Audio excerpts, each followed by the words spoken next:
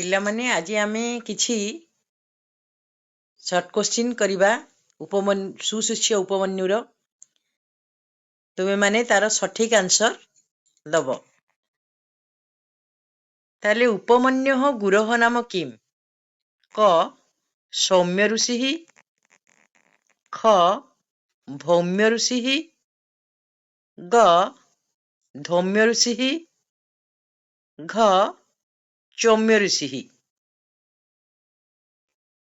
ତାହେଲେ ଠିକ୍ ଉତ୍ତରଟି ଦିଅ।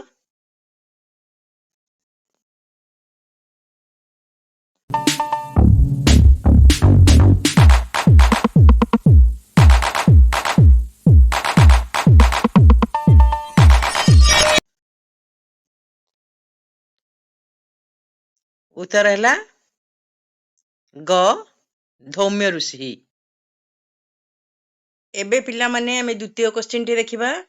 ଉପମନ୍ୟୁଃ ଗୁରବେ ଡ୍ୟାଶ୍ ନ୍ୟବେଦୟତ୍? କ ଭୋଜନମ୍, ଖ ଫଳମ୍, ଗ ଭକ୍ଷ୍ୟମ୍, ଘ ଖାଦ୍ୟମ୍। ଠିକ୍ ଉତ୍ତରଟି ଦିଅ।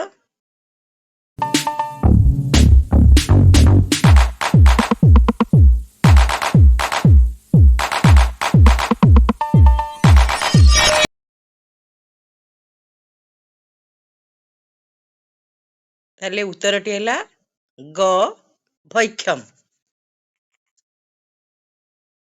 ଏବେ ତୃତୀୟ ପ୍ରଶ୍ନକୁ ଆସ। ଗୁରୁଃ ଉପମନ୍ୟୁଂ ଡ୍ୟାଶ୍ ପ୍ରେଷୟତି ସ୍ମ? କ ଖାଦ୍ୟ ସଂଗ୍ରହାୟ, ଖ ଗୋରକ୍ଷଣାୟ, ଗ ଭ୍ରମଣାୟ, ଘ ପଠନାୟ।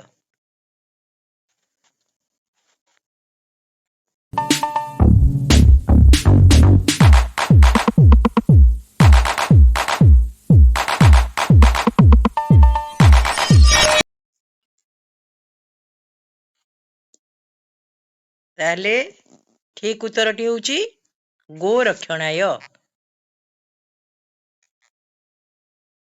ଦିଅ ପିଲାମାନେ।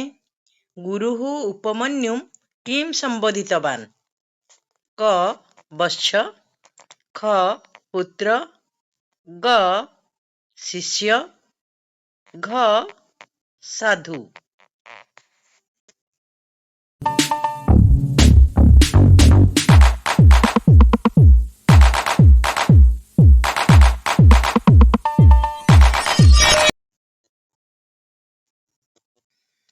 ତାହେଲେ ପିଲାମାନେ ଠିକ୍ ଉତ୍ତରଟି ହେଲା କ ବତ୍ସ।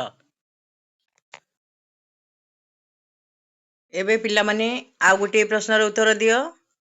କ୍ଷୁଧୟା ଉପମନ୍ୟୁଃ କାନି ଅଭକ୍ଷୟତ୍? ଅପସନ୍ କ ଆମ୍ରପତ୍ରାଣୀ, ଖ ତୁଳସୀ ପତ୍ରାଣୀ, ଗ ବିଲ୍ୱପତ୍ରାଣୀ, ଘ ଅର୍କପତ୍ରାଣୀ।